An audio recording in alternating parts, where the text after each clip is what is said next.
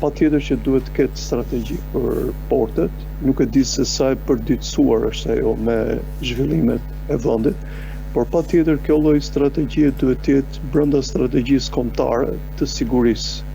Dhe patjetër që është. Por problemi është që sa kjo kontrollohet vazhdimisht, sa jemi të bindur që strategjia kombëtare e sigurisë në lidhje me portet e tjera gjen vendin e duhur.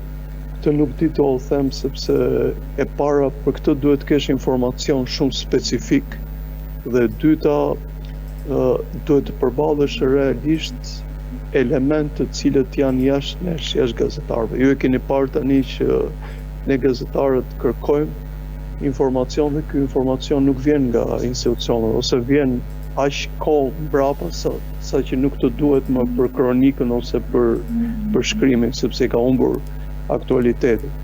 Por në vazh të pyetjes tuaj duhet të them patjetër që Shqipëria ka strategji kombëtare, sepse edhe sikur mos ta bënte të themi ekzekutivi zotit Rama dhe organet e sigurisë, këto janë detyrime që na rrjedhin nga antarësia në NATO dhe angazhimet e tjera të Shqipërisë. Zbatimi pastaj është ajo që ne duhet të shqyrtojmë.